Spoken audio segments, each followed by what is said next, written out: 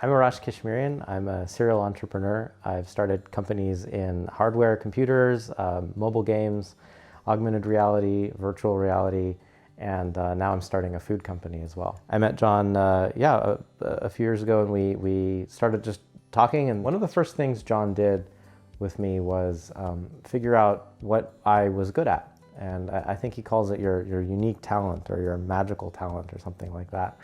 And through a course of, I think, about a 2-hour conversation, John asked some really good questions and helped me build essentially a few sentences that really describe what my unique skills are, what my unique talents are, and what ways I can apply those gifts to any sort of life scenario, company scenario, and really help me identify, what kinds of work should I be doing? What kinds of things should I try to delegate? What things are areas where I'm really going to be able to move the needle in my company. John has a lot of really great structures that we've worked through in terms of figuring out, where are people's priorities in a co-founder relationship, and where are potential pitfalls, and how can we resolve those? But one of the powerful things about having a coach is that you have someone who's independent of your partners as a sounding board of saying, hey, I think I should do this, or I want to do this with these partners.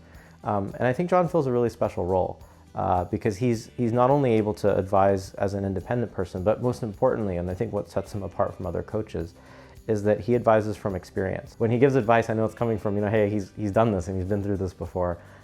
Here's a really good insight, and I've found that to be enormously helpful in our sessions. One of the things about coaching that I really enjoy is that it's often very free form, really depending on what the mood of the day is, what the nature is of the topics that we need to discuss.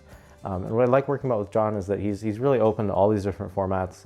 I think his priority is to really put his clients just at ease in terms of where they want to be and how they want to do coaching. Something else I've always appreciated about John is also he's very flexible. It's always been really easy for me to schedule time with him.